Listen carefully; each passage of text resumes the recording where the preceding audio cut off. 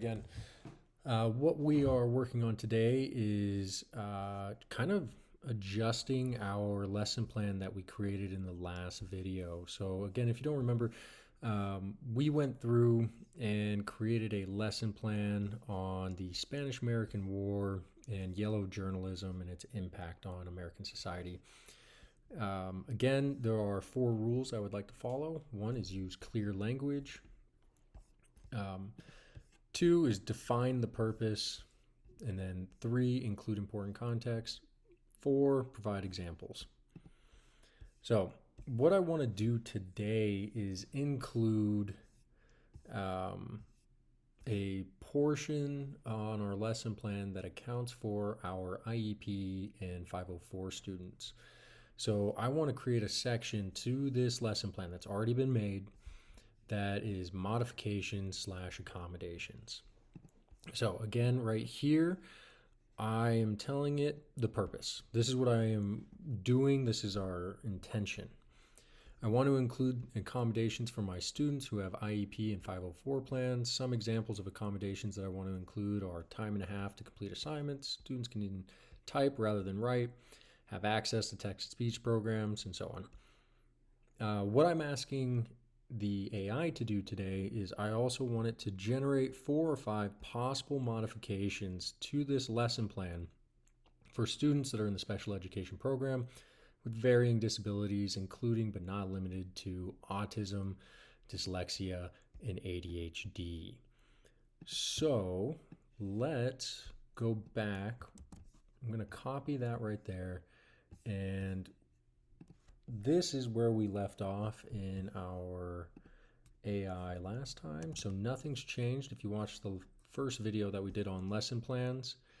And this is what I am adding. So that same thing. And again, I have no clue what the AI is going to produce. So this is one of those more of a let's brainstorm and see how the AI can help us kind of make this rather difficult informational text lesson. Like, let's see what it can do for us and help our students.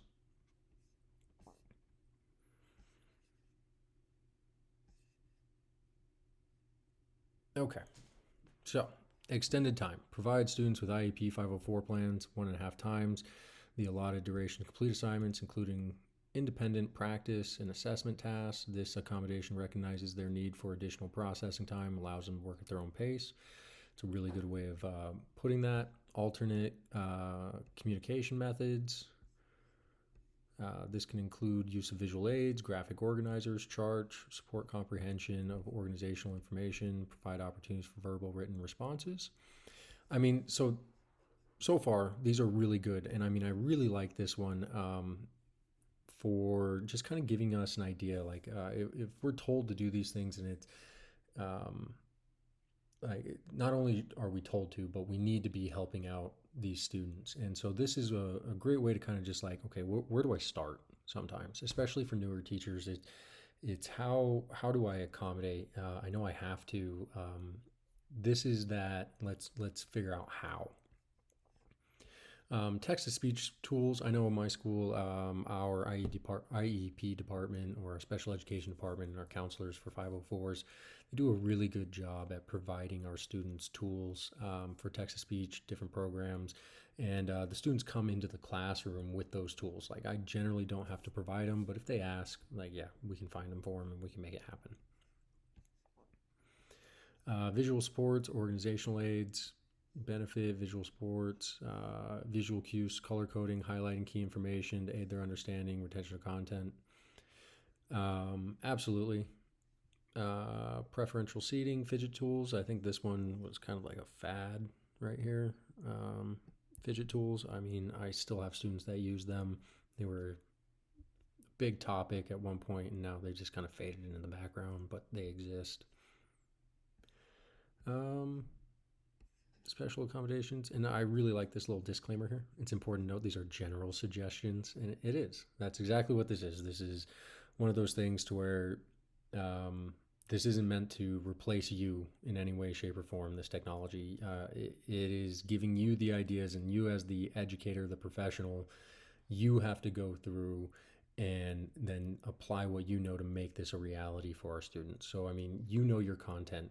If you use like an LMS like Google Classroom or Canva or Canvas, uh, you can post your slideshows. I don't know if you use those, or you can post your content and make it to where all students have access to it at all times. That means another accommodation to where it's like students have access to classroom notes. Yeah, just give them your presentations.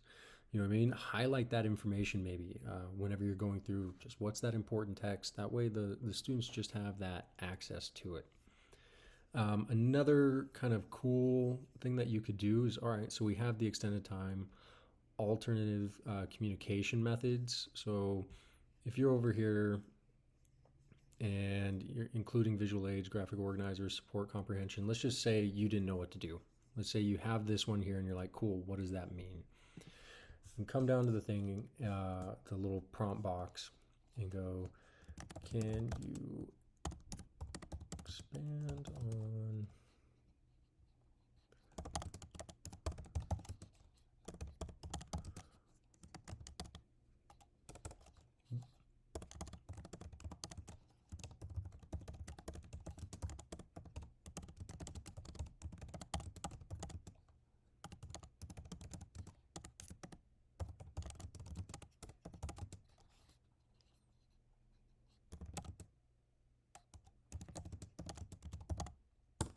okay, awesome.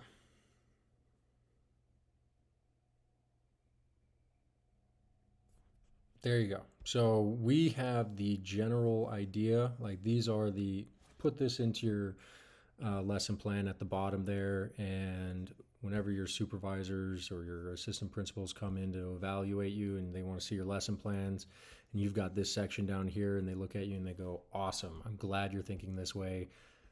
This is exactly what you need to be do. That's great. So what do you do over here? Like, how does that actually work? Cool. Now you can actually be incorporating this strategy into your lessons. Here are some great ideas on how you can do that. You should just take the time, kind of read through peer staff support. This is going to be like those push-in teachers, your IAs, or even taking another student who does well and kind of just doing one of those shoulder partner activities, kind of strategically placing your students during group work. And then over here, those multimodal approaches, so visual, verbal prompts, role playing, dramatization. I mean, this is a lot of those.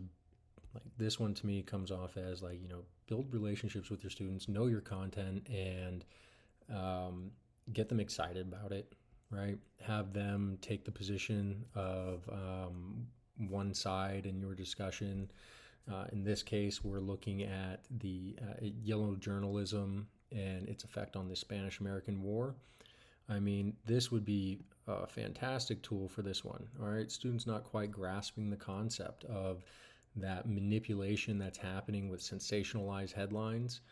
Role play, dramatize it, make a point, really get those kids to personalize what is happening on that front, and then be able to apply it to the content. That's a really good one that I like. So yeah, this one is just one example of how you could do this, way to kind of expand your effectiveness, especially with students who find it more challenging. Again, I teach social studies, and we get not enough support when it comes to this, in my opinion, all the time. And I'm not placing blame on the administration or our special education staff. They are absolutely fantastic at my school, at least. But we're mainly focused on the core subjects: math, reading, science, and social studies is very much that informational text. And I feel like it's just as difficult as an ELA course in its own way. And a lot of our IEP 504 kids kind of struggle in those classes. So this is just another great way to increase your effectiveness as an educator. And again, this does not replace you. You still have to go through and find out, okay, how can I take this and put it into this lesson? How can I do that? That's what's important. So again, thank you for watching. If you liked the video, if you found it helpful, please subscribe, like the video, kind of boost our relevance in searches so other teachers and educators of all varieties can help find this content as well. So thank you very much. Have a great day.